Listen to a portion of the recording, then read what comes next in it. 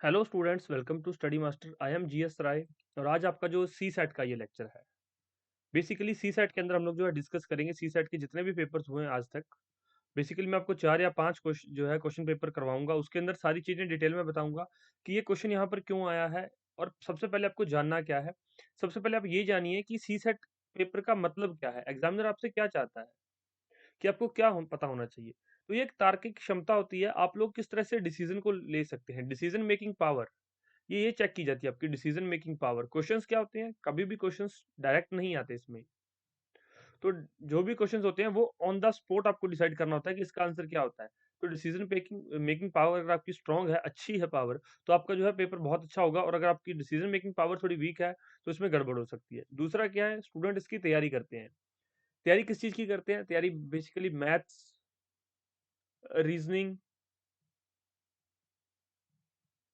General English, general Hindi, इन चीजों की तैयारी की जाती है। अब मैथ्स, रीजनिंग ये कोई एसएससी का एग्जाम नहीं है जो आप लोग जो है तैयारी करेंगे लाइन टू लाइन, एक एक फॉर्मूला याद करना नहीं। मैं आपको यहाँ पर ये पूरा लेक्चर बताऊंगा। इस जो सी सेट का ये पेपर है जो 2022 के अंदर हुआ था, रिसेंट जो पेपर हुआ है 2022 में, ये वो पेपर है। आपके साथ डिस्कस करूंगा कि क्वेश्चंस कहाँ कहाँ से बने हुए हैं। उसके बाद हम लोग इससे पहले वाले पेपर्स जो हुए हैं उसके बारे में यहाँ पर देखेंगे।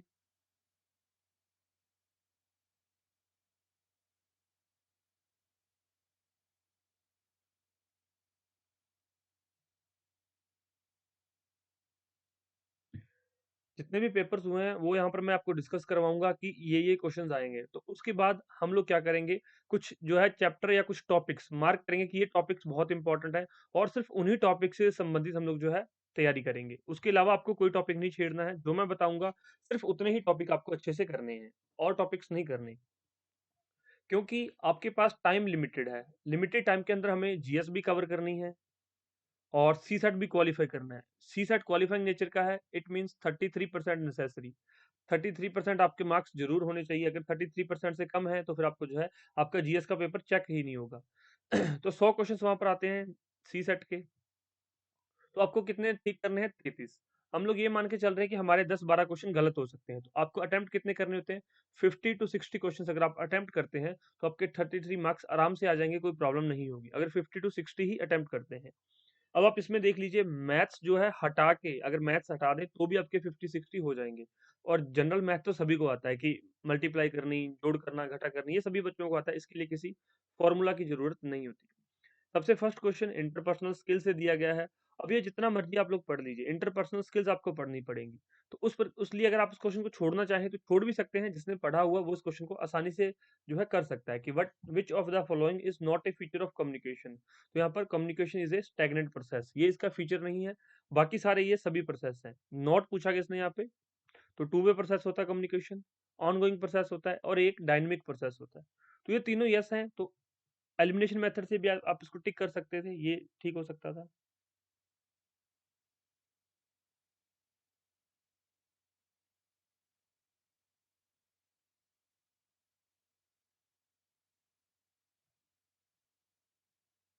आगे बढ़ते हैं यहाँ पर हम लोग। दूसरा question fill in the blanks का है, करेक्ट प्रेपोजिशन दी हुई है, जनरल इंग्लिश से क्वेश्चन है ये। नेक्स्ट क्वेश्चन देखिए, which of the following refer to the study of eye contact. मैंने आपको कहा था कि आप लोग अच्छे से कर लीजिए इन चीजों को। जब बायोलॉजी पढ़ा रहा था उसके अंदर, बायोलॉजी में स्टार्टिंग के अंदर जो कुछ 50 या 60 डेफिनेशन दी हुई थी कि किसकी स्टडी को क्या कहा जाता है, ये बेसिकली सारी चीजें वो है यहाँ पर आपकी जो है कवर की गई हैं।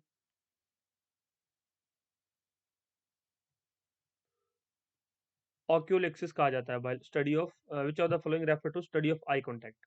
मैं आपको इसका जो है आंसर शीट भी दे दूंगा साथ में, जिसके अंदर इसके सारे आंसर मार्क किए हुए हैं, आप एक बार इनको भी कर लेना। आगे क्या है, part of speech, direct indirect speech, verb, adverb.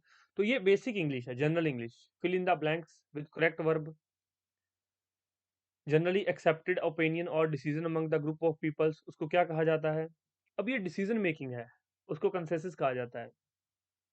Discussion लोगों में होती है, डिस्कशन दो लोगों में भी हो सकती है, लेकिन ग्रुप ऑफ पीपल की बात की जा रही है तो कंसेंसस बोला जाता है उसको। All the skill mentioned below are referred as a interpersonal skill except. तो कौन सी स्किल को जो है नहीं कहा जाता? ये बेसिकली मैं आपको क्वेश्चन करवा नहीं रहा हूँ, सिर्फ ये बता रहा हूँ कि किन एरियाज में आए हुए हैं। उसके बाद हमारा ये जो मैथ्स से क्वेश्चन आया हुआ है, मैथ्स का है ये, डिजिट, नंबर डिजिट से है, below are given a set of analogies which of these analogies are not appropriate। ये रीजनिंग का क्वेश्चन है कि कौन सा जो है किसी के साथ मैच नहीं हो रहा। ये भी एनालॉजी से क्वेश्चन है, रीजनिंग से क्वेश्चन दिया हुआ है।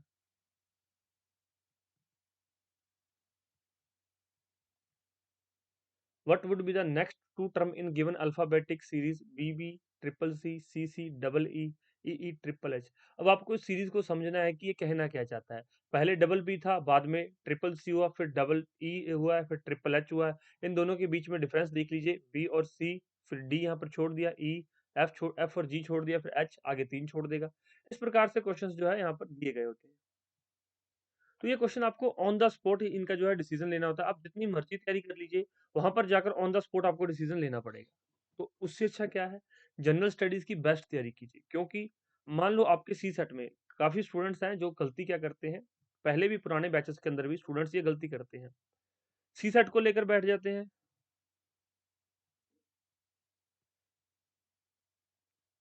सी सेट को वो लेकर यहाँ पर बैठ जाते हैं कि सी सेट बहुत इंपॉर्टेंट है, सी सेट करना है। सी सेट में से 70 मार्क्स ले लेते हैं, जनरल स्टडीज में 50 नंबर रह जाते हैं। हमें फोकस करना है जनरल स्टडीज पे। जनरल स्टडीज के आपके 70 नंबर आने चाहिए। सी सेट के अगर 40 भी आ गए तो भी कोई प्रॉब्लम नहीं, सी सेट तो क्वालिफाइंग नेचर का है। तो सी सेट अगर आपकी थोड़ी सी वीकनेस है तो प्रैक्टिस कीजिए, अगर वीकनेस नहीं है तो एक या दो पुराने पेपर सॉल्व कीजिए, दैट्स इट। अगर पुराने पेपर में 40 टू 50 आप स्कोर कर रहे हैं तो इससे ज्यादा आपको करने की जरूरत नहीं है। ये सीरीज का क्वेश्चन, अल्फाबेटिक सीरीज का क्वेश्चन है। आपके पास जो है, जो आपका सी सेट का फोल्डर बना हुआ है आपके पेड बैच के अंदर, उसके अंदर ये सारे पेपर डिस्कशन के साथ कि किस पेपर में किस एरियाज पे ज्यादा फोकस करना है। आपकी जो वहां पर हिंदी के अंदर क्वेश्चन बैंक, जो कि हिंदी के अंदर क्वेश्चन बैंक किसका, मैथ्स का। हिंदी मीडियम के स्टूडेंट है, मैथ्स के सारे क्वेश्चन उसमें करवाए गए हैं अच्छे से, विद एक्सप्लेनेशन दिए हुए हैं। इंग्लिश के अंदर क्वेश्चन बैंक दिया गया है मैथ्स का। रीजनिंग प्रोवाइड की गई उसके अंदर, रीजनिंग इंग्लिश में दी गई है वहां पर रीजनिंग। क्यों? क्योंकि रीजनिंग जो है जनरली इंग्लिश में ही समझ आती है, हिंदी के अंदर कुछ और ही मतलब निकलने लग जाते हैं, तो थोड़ी सी प्रॉब्लम होती है बच्चों को। या फिर आप इंग्लिश पढ़ते हैं तो हिंदी में कन्वर्ट किया जा सकता है उसको। ये हमारा वेन डायग्राम से क्वेश्चन है, बिल्कुल सिंपल क्वेश्चन है वेन डायग्राम।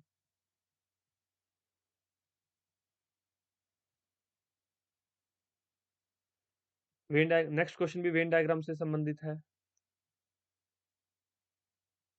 ये यहाँ पर डिसीजन मेकिंग क्वेश्चन है, डिसीजन करना है आपने कि किस प्रकार से कौन सा यहाँ पर सही है कौन सा गलत है, डिसीजन मेकिंग का है। How many triangles are there in the given figure. अब इसमें ट्रायंगल्स काउंट करने हैं, तो काउंटिंग की जा सकती है, ट्रायंगल्स कौन कौन से ट्रायंगल्स बन रहे हैं यहाँ पर। अब यहाँ पर ट्रायंगल पूछ लिया है, किसी में रेक्टेंगल पूछ लेगा, किसी में सर्कल पूछ लेगा कि कितने सर्कल्स बनते हैं। तो क्वेश्चन इसके आसपास ही रहते हैं, इससे दूर नहीं जाते क्वेश्चंस कभी भी। मैं और भी पेपर डिस्कस करूंगा आपके साथ कि इसके अंदर क्या क्या पूछा गया है। इस प्रकार के क्वेश्चंस थोड़े से टाइम कंज्यूमिंग होते हैं, टाइम लग जाता है, तो ऐसे क्वेश्चंस को आप छोड़ सकते हो, क्योंकि आपने 100 में से अटेम्प्ट कितने करने होते हैं, 70-80 अगर आप अटेम्प्ट करना चाहते हैं तो कर सकते हैं, क्योंकि टाइम है तो करिए, जितने मर्जी अटेम्प्ट कीजिए। बट ये ध्यान रखिए नेगेटिव मार्किंग भी होती है।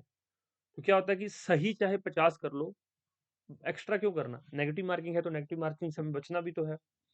कई स्टूडेंट्स तुक्के मार के आते हैं तो वो तुक्के फिर गलत हो जाते हैं और फिर सी सेट ही क्लियर नहीं होता।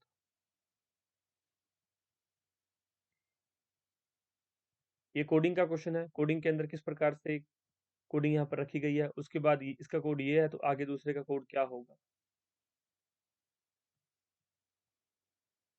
फैमिली ऑफ 6 पर्सन, ये रिलेशन है, ब्लड रिलेशन है।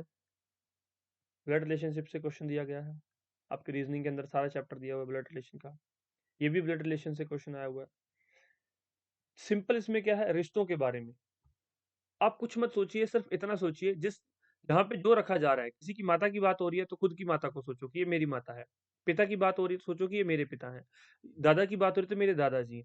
उस हिसाब से सोचिए कि मेरे दादा मेरे नाना, अपने हिसाब से उसको सोचिए तो चीजें और आसान लगेंगी। अब यहाँ पर रीमा सीमा दे रखा है नाम, तो कहीं ना कहीं थोड़ी सी गड़बड़ हो जाती है कि किस प्रकार से है रिलेशंस को करना सॉल्व। तो उसको खुद पे, अपने रिलेशन, रिश्तेदारों पे, रिलेटिव्स पे लगा के देखिए, क्वेश्चन बहुत आसान हो जाएगा कि वो आपका क्या लगता है। यहाँ पर ये मैथ से क्वेश्चन है, डायगोनल से संबंधित। ये आपका डिसीजन मेकिंग है कि फिगर देख के बताना है कि नेक्स्ट फिगर कौन सा आएगा। पहले एक है, फिर 3 है, फिर यहाँ 5 है, तो आगे 7 हो जाएगा। 1 3 5 7, जिसमें 7 है वो देख लीजिए। ये 6 है, यहाँ पे 8 है, 2, 4, 6, 7 सी आंसर आ जाएगा इसका 22 का। बिना पढ़े, बिना देखे हो रहा क्वेश्चन। तो इस तरह से डिसीजन मेकिंग है, ये भी इसी तरह से क्वेश्चन है। डिसीजन मेकिंग फिगर्स को देख के डिसाइड करना है कि कौन सा है, कौन सा नहीं है। कई बार क्या होता है, बच्चे 100 क्वेश्चन ये फिगर्स मेकिंग के करके जाते हैं, वहां पर जाकर 101वां क्वेश्चन जो होता है वो सॉल्व ही नहीं होता, गलत हो जाता है। और कई बार क्या होता है, बच्चे ने एक भी क्वेश्चन नहीं किया, वहां पर जाकर लॉजिकली सोचता है वो और क्वेश्चन हल हो जाता है। तो वो डिपेंड करता है आप कितने प्रेशर में उस टाइम पे। अगर आप प्रेशर में नहीं है तो सभी क्वेश्चंस के आंसर आपको मिल जाएंगे। अगर आप बहुत ज्यादा प्रेशर में हैं तो क्वेश्चन आते हुए भी आपके गलत हो जाएंगे। ये स्टेटमेंट बेस्ड क्वेश्चन है, यहाँ पर स्टेटमेंट दी हुई है, उसके बाद उनके कुछ कंक्लूजन्स दिए हुए हैं। तो अगर किसी को इंग्लिश में प्रॉब्लम होती है तो वो हिंदी में पढ़ ले, सारी चीजें आपको समझ आ जाती है, अच्छे से समझ आ जाती है। ये भी कंक्लूजन मेकिंग क्वेश्चन है। ये यहाँ पर मैथ से संबंधित क्वेश्चन है।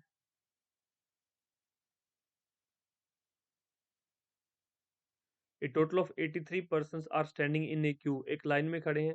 Between Mahesh and Suresh, there are 34 persons standing. Which of these could be the position of Mahesh so that it is possible to uniquely determine position of Suresh? तो यहाँ पर ये एक डिसीजन की बात हो रही है कि यहाँ पर सारी एक कंडीशंस दे दी, उस कंडीशन को आप एक पेपर पे लिख लीजिए। कंडीशन को अगर पेपर पे अच्छे से आपने लिख लिया, अगर इंग्लिश में समझ में कोई दिक्कत है इंग्लिश में, तो आप हिंदी में लिख लीजिए कि एक लाइन में टोटल व्यक्ति 83 व्यक्ति खड़े हैं। तो एक लाइन है जिसके अंदर 83 लोग खड़े हैं। महेश और सुरेश के बीच 34 व्यक्ति खड़े हैं। महेश और सुरेश के बीच 34 है। इनमें से कौन सी महेश की स्थिति हो सकती है ताकि सुरेश की स्थिति की विशिष्ट रूप से संभावना हो सके। तो इधर से काउंट कर लीजिए कितने बचे हैं, इधर से काउंट कर लीजिए कितने बचे हैं। उसमें से यहाँ पर जो आपको सही लग रहा है वो यहाँ पर आप मार्क कर सकते हैं।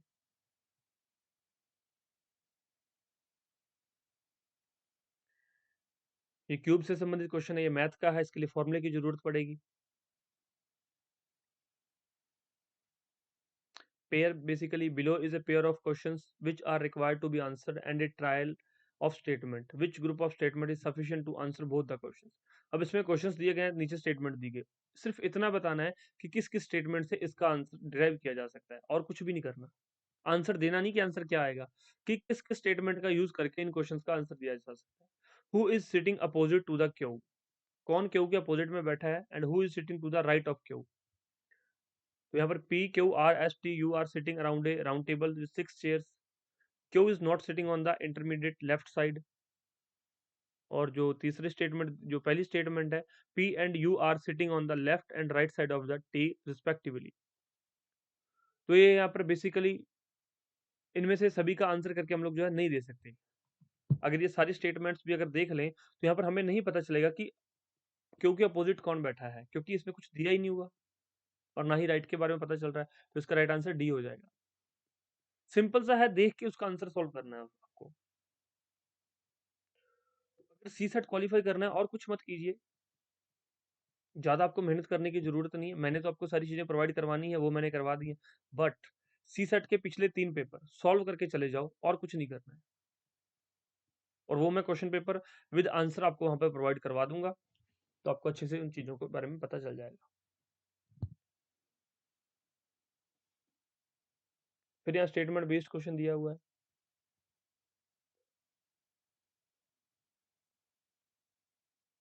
ये डिसीजन मेकिंग क्वेश्चन है बेसिकली, कि इसको पूरी जो है ये स्टेटमेंट पढ़ो, उसके बाद डिसीजन लो कि क्या ठीक है और क्या गलत है।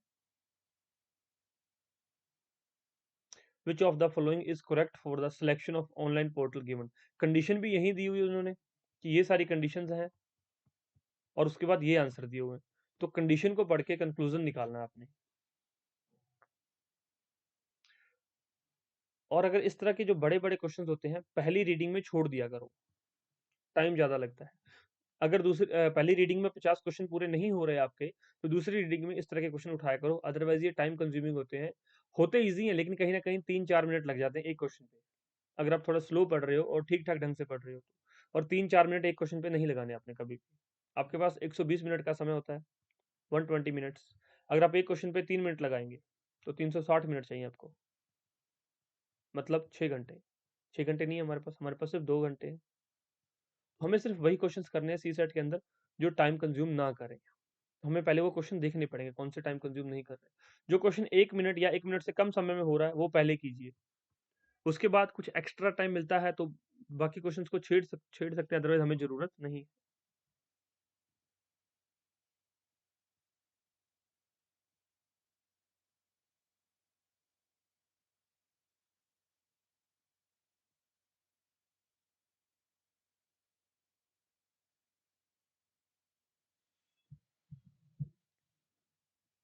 आगे देखते हैं यहाँ पर इसी प्रकार का क्वेश्चन ये भी दिया हुआ है। ये बेसिकली सभी ही डिसीजन मेकिंग क्वेश्चंस हैं। इसको क्राइटेरिया देखना है, ये क्राइटेरिया दिया हुआ सिलेक्शंस का, उसके बाद सिलेक्शन होती है या नहीं होती, बस। तो ये इस प्रकार के क्वेश्चन आपको यही 4-5 कर लो, समझ आ जाएगा कि एग्जामिनर क्या पूछ रहा था, किस प्रकार के क्वेश्चन अगली बार पूछे जा सकते हैं। ये बेसिकली मैथ्स का क्वेश्चन है। ये भी सेम उसी प्रकार का क्वेश्चन है, डिसीजन मेकिंग, डिसीजन लेना अपने। अब मैथ्स रीजनिंग से वो अलग जा रहा है। पहले क्या था, रीजनिंग होती थी, रीजनिंग बच्चे सीख लेते थे। एसएससी के स्टूडेंट्स रीजनिंग बहुत अच्छी कर लेते हैं क्योंकि उनको रीजनिंग करवाई जाती है। बैंकिंग के बच्चे रीजनिंग बहुत अच्छी करते हैं। बैंकिंग के बच्चे मैथ्स बहुत स्ट्रांग होता है। एसएससी के बच्चों का मैथ्स बहुत स्ट्रांग होता है। तो पहले क्या है, सी सेट के नंबर भी जुड़ते थे। अब जो है सी सेट क्वालिफाई कर दिया गया है कि सिर्फ आपको क्लियर करना है। और ये चीजें जो है बहुत इंपॉर्टेंट होती हैं, और जिसने मैथ्स पढ़ा हुआ, रीजनिंग पढ़ी हो, वो भी कई बार इन क्वेश्चंस को नहीं कर पाता, क्योंकि ये डिसीजन मेकिंग है। इसको आपको on the spot he decision लेना पड़ेगा, पहले से कोई प्रैक्टिस नहीं इन क्वेश्चंस की। ये भी उसी प्रकार का क्वेश्चन है, डिसीजन लेना है आपने। ये भी सेम क्वेश्चन है। तो आप देख लीजिए कि डिसीजन मेकिंग के कितने क्वेश्चन आए हुए हैं।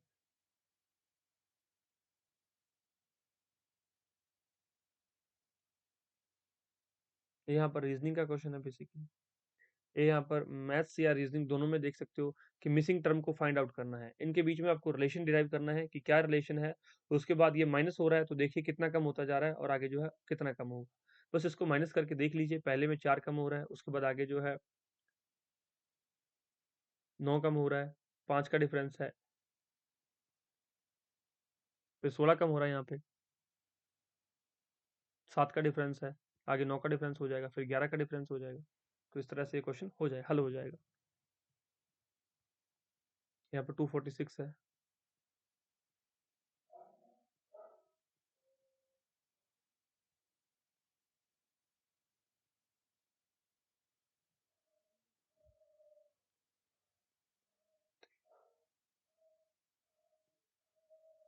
एक सेकंड में देखता हूँ इस क्वेश्चन में क्या है।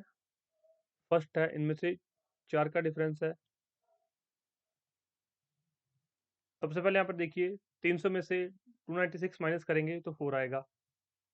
पहले 4 का डिफरेंस है, फिर आगे 9 का डिफरेंस है, फिर आगे 16 का डिफरेंस है, आगे यहाँ पर 25 का डिफरेंस होगा। तो यहाँ पर 271 माइनस 25, 246 बचेगा। तो इसका राइट आंसर 246 है। तो इस प्रकार से सिंपल से क्वेश्चंस आते हैं, ज्यादा टफ क्वेश्चंस नहीं रहते हैं। लेकिन आपका प्रेजेंस ऑफ माइंड बहुत जरूरी है। अगर आपका माइंड वहां पर प्रेजेंट नहीं है तो आपके क्वेश्चन हल नहीं होंगे, फिर कोई ना कोई प्रॉब्लम आपको हो जाएगी वहां पे। नेक्स्ट क्वेश्चन जो है इसी प्रकार से क्वेश्चन दिया हुआ है, ये रीजनिंग का क्वेश्चन है। थोड़े से ये टफ कैटेगरी में आ जाते हैं, जिसमें कि 2-3 चीज़ों को जो है कॉम्बिनेशन बना के लिखना होता है, बताना होता है। तो इस प्रकार के क्वेश्चन आप छोड़ भी सकते हैं, ज़रूरी नहीं है कि सभी के सभी करने हैं। इसके कौन-सा मार्क्स ऐड होंगे। ये सीरीज़ का क्वेश्चन है, सीरीज़ के क्वेश्चंस कई बार तो सीधे ही ऐड हो जाते हैं। जैसे कि ये, इसमें देखने का तरीका क्या होता है, अब यहाँ पर बढ़ रही है, तो बढ़ने के लिए 2 ही चांस हो सकते हैं, या तो प्लस हो सकता है या क्या हो सकता है, मल्टीप्लाई हो सकता है किसी चीज़ का। तो इसको देखते ही आपको समझ आ जाएगा कि प्लस हो रहा है या मल्टीप्लाई हो रहा है। तो प्लस तो नहीं हो रहा है, इसमें क्या मल्टीप्लाई हो रहा होगा कुछ ना कुछ। वो देख सकते हैं क्या मल्टीप्लाई हो रहा है। कुछ मल्टीप्लाई करना होता है, कुछ माइनस करना होता है। तो सीरीज के क्वेश्चन आपके वहां पर दिए गए हैं, सारे क्वेश्चंस विद सॉल्यूशन। आपको जो बुक प्रोवाइड की गई है उसमें सीरीज के क्वेश्चन सारे दिए हुए हैं विद सॉल्यूशन, ताकि आपको सभी तरह के क्वेश्चंस के बारे में आइडिया हो जाएगा कि इस प्रकार की सीरीज जो है बन सकती है एग्जाम में।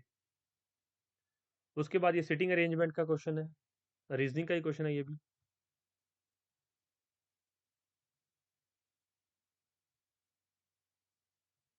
ये यहाँ पर परसेंटेज बेस्ड क्वेश्चन है।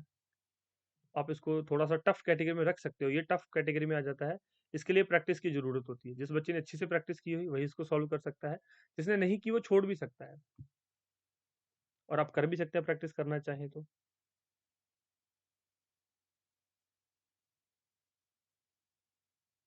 ये यहाँ पर सीधा ही क्वेश्चन आया हुआ है, इंग्लिश का, इंग्लिश के अंदर।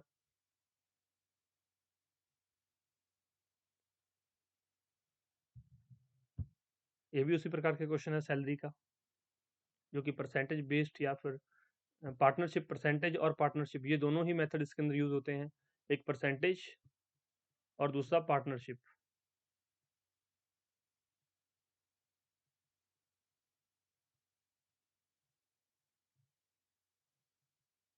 ये अरेंजमेंट्स का क्वेश्चन है, अरेंजमेंट कीजिए कि कौन सा व्यक्ति किस फ्लोर पे रहता है। ये कई बार टफ कैटेगरी में आ जाते हैं। वैसे तो सीधा-सीधा पढ़ेंगे तो इसका आंसर आपको दिख जाता है, पर कई बार ये टफ होते हैं थोड़े से। ये आसान क्वेश्चंस होते हैं, स्टेटमेंट और उसके असम्पशन्स, फिर नीचे उसका आंसर देना होता है। ये ईज़ी है, बहुत ईज़ी होते हैं क्वेश्चंस। ये भी स्टेटमेंट और असम्पशन बेस्ड क्वेश्चन है। नेक्स्ट भी स्टेटमेंट एंड असम्पशन्स। नेक्स्ट ये देखिए 4, 5 क्वेश्चन स्टेटमेंट एंड असम्पशन्स पे डिपेंड है। ये पाँचों के पाँचों ईज़ी होते हैं, इसमें से पाँचों में 5 आप लोग कर सकते हैं।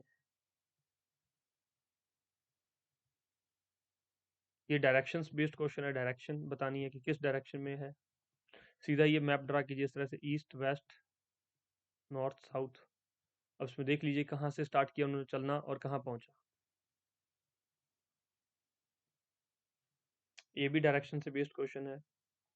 उसमें बेसिकली डायरेक्शन पूछी गई, डायरेक्शन के साथ-साथ डिस्टेंस भी पूछा गया है। ये भी डायरेक्शन बेस्ड है, ये भी डायरेक्शन बेस्ड क्वेश्चन है, ये भी डायरेक्शन बेस्ड क्वेश्चन है। 5 क्वेश्चन डायरेक्शन बेस्ड आ गए। 5 जो है डिसीजन मेकिंग थे, स्टेटमेंट, और 5 डायरेक्शन बेस्ड। 10 क्वेश्चंस तो यही आ गए जो सिंपल कैटेगरी में। ये किसी का गलत भी नहीं होता और इसको छोड़ना भी नहीं होता। फिर आगे ये फिगर्स, इससे पहले 2 क्वेश्चंस और हम फिगर के देख चुके हों। ये भी आगे फिगर्स का क्वेश्चन है, सिंपल क्वेश्चन आता है। वन मोर फ्रॉम फिगर्स, एक और फिगर से है। 5 7 क्वेश्चन हो चुके हैं अभी तक। 8 क्वेश्चंस आ चुके हैं फिगर से। 8 क्वेश्चंस थोड़े नहीं होते। 8 क्वेश्चंस तो सिंपल कैटेगरी के होते हैं। ये क्वेश्चन कभी टफ हो ही नहीं सकते, और गलत भी बहुत कम होते हैं अगर आप बिना प्रेशर लिए वहां पर आंसर करेंगे तो। अगर आप प्रेशर लेते हैं तो फिर वहां पर कहीं ना कहीं प्रॉब्लम हो जाती है।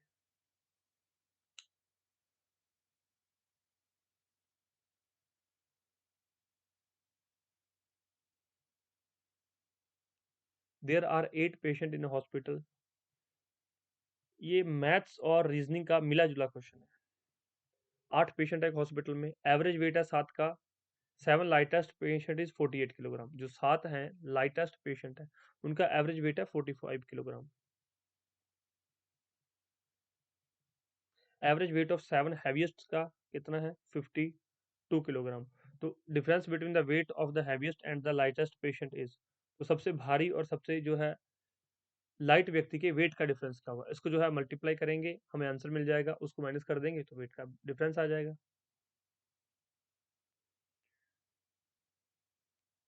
इसी प्रकार से ये भी क्वेश्चन उसी प्रकार से हल होगा। कितने स्टूडेंट प्रेजेंट हैं, स्टूडेंट्स का स्कोर कितना है। बेसिकली ये मैथ्स का क्वेश्चन है। ये भी मैथ्स का क्वेश्चन है। एवरेज और एज को मिला के यहाँ पर क्वेश्चन निकलते हैं। तो ये एवरेज चैप्टर में से क्वेश्चन है। ये तीनों ही क्वेश्चन जो है एवरेज चैप्टर में से हैं। मैथ्स के अंदर एक एवरेज का चैप्टर होता है, ये उसमें से दिए गए क्वेश्चन है। एवरेज, ये एज से संबंधित क्वेश्चन है। ये भी एज से संबंधित क्वेश्चन है। ये भी एज से संबंधित क्वेश्चन है। ये भी एज से संबंधित क्वेश्चन है। तो 5 क्वेश्चन यहाँ पर एज से संबंधित आते हैं और एवरेज से संबंधित आते हैं। तो आपको एवरेज का चैप्टर करना है।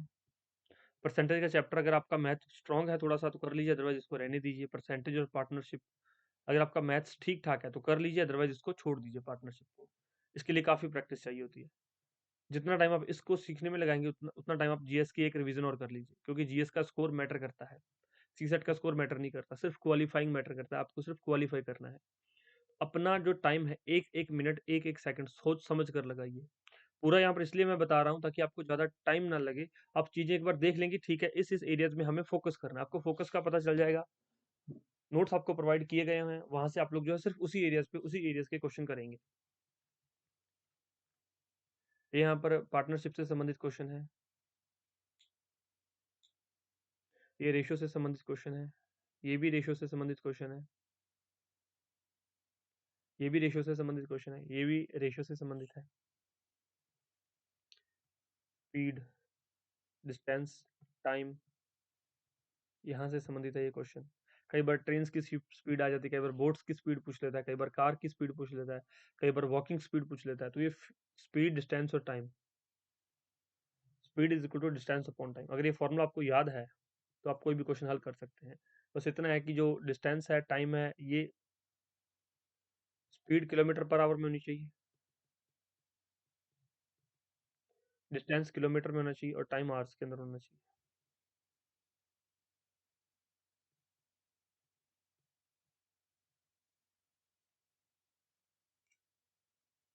ये भी डिस्टेंस एंड टाइम के है क्वेश्चन है, ट्रेन से संबंधित है ये क्वेश्चन। ये भी उसी तरह का क्वेश्चन है। 5-7 क्वेश्चन ये आए हुए हैं, सिंपल सिंपल हर बार इसी प्रकार से आते हैं। बाकी पेपर्स भी मैं डिस्कस करवाऊंगा आपको अच्छे से कि किस चैप्टर में से कितने क्वेश्चन आए हुए हैं। ये नंबर सिस्टम से या न्यूमरेटर डिनोमिनेटर से क्वेश्चन दिया गया है, जो कि बिल्कुल बेसिक होता है। ये भी नंबर सिस्टम से क्वेश्चन दिया हुआ है। फ्रैक्शन, ये भी नंबर सिस्टम का क्वेश्चन है। तो नंबर सिस्टम से आपके 5 से 8 क्वेश्चन आ जाते हैं सिंपल। ये कोई भी बुक आप उठा के देख लीजिए, जो फर्स्ट चैप्टर होता है उसका नंबर सिस्टम ही होता है। आपके जो आपको सी सेट में प्रोवाइड किए गए नोट्स, उसके अंदर भी जो है पहला चैप्टर नंबर सिस्टम से है। इसी प्रकार के क्वेश्चंस हैं, आप एक बार हल कर लीजिए, आपको समझ आ जाएगा कि इन क्वेश्चंस को कितना आसान है। फिर यहाँ पर पैराग्राफ से संबंधित क्वेश्चन है। पैसेज को पढ़ना है आपने, और 4 क्वेश्चन है पैसेज। ये पूरा इंग्लिश टू इंग्लिश पैसेज है ये क्वेश्चन 4 जो है सिर्फ इंग्लिश में है पैसेज, इंग्लिश के अंदर पढ़ना है और आप इसका आंसर कर सकते हैं। अगर इंग्लिश अच्छी है तो आपको ये चारों क्वेश्चन ठीक हो जाएंगे, और अगर इंग्लिश थोड़ी वीक है तो कहीं ना कहीं प्रॉब्लम हो सकती है आपको। ये फिर एक और पैसेज है, ये भी इंग्लिश के अंदर ही दिया हुआ है, सिर्फ और सिर्फ इंग्लिश में। ये भी पैसेज से संबंधित क्वेश्चन है। उसके बाद ये यहाँ पर एक और पैसेज दिया हुआ है, इसका भी हिंदी पैसेज नहीं है, ये ओनली इंग्लिश के अंदर दिया हुआ है। ये भी इंग्लिश के अंदर दिया हुआ है। तो इस बार जो पैसेज आए थे सभी इंग्लिश में आए थे, हिंदी के अंदर पैसेज नहीं दिया। समटाइम्स क्या करता है, हिंदी के अंदर भी पैसेज दे देता है। इस बार थोड़ा सा चेंज किया गया था, तो हिंदी के अंदर पैसेज नहीं था। और यहाँ पर आप देख सकते हैं 16 क्वेश्चन जो है पैसेज से संबंधित थे। 16 तो यहाँ पर हम लोगों ने देख लिए। 10 फिगर्स के क्वेश्चन थे, 26 ये हो गए। 5 डायरेक्शन से संबंधित थे, 5 ही फिगर्स जो 5 direction. 5 from ages and average, तो 36 हो गए। चीजें तो यहीं पे कवर हो गई। उसके बाद 5 to 8 क्वेश्चन हमने देखे थे, या 10 क्वेश्चन जो इंग्लिश के थे, जनरल इंग्लिश। वो अगर किसी बच्चे ने नहीं भी कुछ पढ़ा हुआ तो भी उसको वो इंग्लिश इतनी तो आती है, उसने अगर 10वीं में इंग्लिश पढ़ी हुई होगी तो उसको इतनी तो आती है। अदरवाइज काफी क्वेश्चंस थे जो हमने देखे यहाँ पर, जो कि डिसीजन मेकिंग थे। कुछ भी नहीं आपको जानना, सिर्फ कंक्लूजन निकालना है। कंक्लूजन निकालने के लिए एक स्टेटमेंट बेस्ड क्वेश्चन, 10 क्वेश्चन जो है स्टेटमेंट बेस्ड क्वेश्चन दिए हुए थे, और 5 to 8 क्वेश्चन थे जो कंक्लूजन निकालना था, कि स्टेटमेंट दे दी, कितने स्टेटमेंट्स की जरूरत है इस चीज को निकालने के लिए। इस तरह से जो 50 to 60 क्वेश्चन हैं वो इजी लेवल के अंदर होते हैं, वो बहुत इजी होते हैं। वो हर एक स्टूडेंट कर सकता है, थोड़ा सा अगर वो लॉजिकली सोचेगा तो आंसर कर पाएगा। अगर लॉजिकली नहीं सोचोगे तो फिर आंसर नहीं कर पाओगे, फिर मुश्किल हो जाएगी। ये मैं आपको वहां पर प्रोवाइड करवा दूंगा आपके वहीं पर। तो ये पूरा पेपर है, ये उसका आंसर की भी साथ में दी गई है। आप सभी क्वेश्चंस का आंसर देख लेना कि किस प्रकार के इसका आंसर निकल रहा है, कि किस क्वेश्चन का आंसर क्या बन रहा है। आपको 2 से 3 घंटे लगेंगे, लेकिन अगर आप ये पूरा पेपर एक बार कर लेंगे तो आपको यकीन मानिए काफ़ी जो चीज़ें क्लियर हो जाएँगी, काफ़ी टॉपिक्स क्लियर हो जाएँगे, उसके बाद आपका वो टॉपिक का क्वेश्चन कभी रुकेगा नहीं। तो थोड़ी-सी मेहनत कर लीजिए। सीसैट पे ज़्यादा टाइम मत लगाइए, क्योंकि टाइम बहुत कीमती है। जीएस की ज़्यादा से ज़्यादा तैयारी कीजिए। आपके पास जो आपका दिया हुआ आपको फैक्ट बुक दी हुई है, उस फैक्ट बुक को बार-बार रिवाइज़ कीजिए। ये 2022 का पेपर था। अभी जो इससे पहले हुआ था वो भी डिस्कस करूँगा मैं, सारे पेपर आपको डिस्कस करके प्रोवाइड हो जाएँगे वहाँ पर धीरे-धीरे। तो आप एक बार उसको कर लेना सारी चीज़ें चेक, और तैयारी ज़रूर करते रहिए, साथ में रिवीजन ज़रूर रखिए। जनरल स्टडीज़ पे मोस्ट फोकस रखना है। करंट अफेयर की सारी पीडीएफ फाइल्स आपको वहाँ पर मिल गई हैं, तो साथ-साथ में जो है पीडीएफ फाइल्स उसको वो भी पढ़ते रहिए, करंट अफेयर्स भी।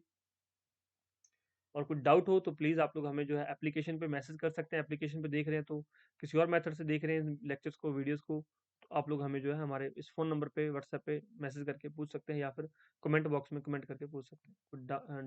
कोई डाउट हो तो पूछ लीजिएगा। डिस्क्रिप्शन बॉक्स चेक कर लेना, अगर आप यूट्यूब पे देख रहे हैं तो डिस्क्रिप्शन बॉक्स के अंदर काफ़ी चीज़ें दी होंगी।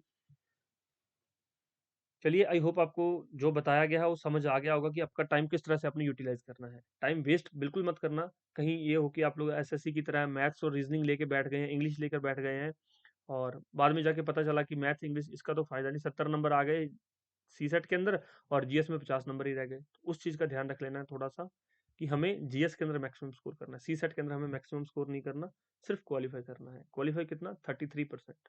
और 33 के लिए आप 50% स्कोर कर सकते हो वहाँ पर, कि 50% अटेम्प्ट कर दो, 60% अटेम्प्ट कर दो। तो इतना अटेम्प्ट बहुत है।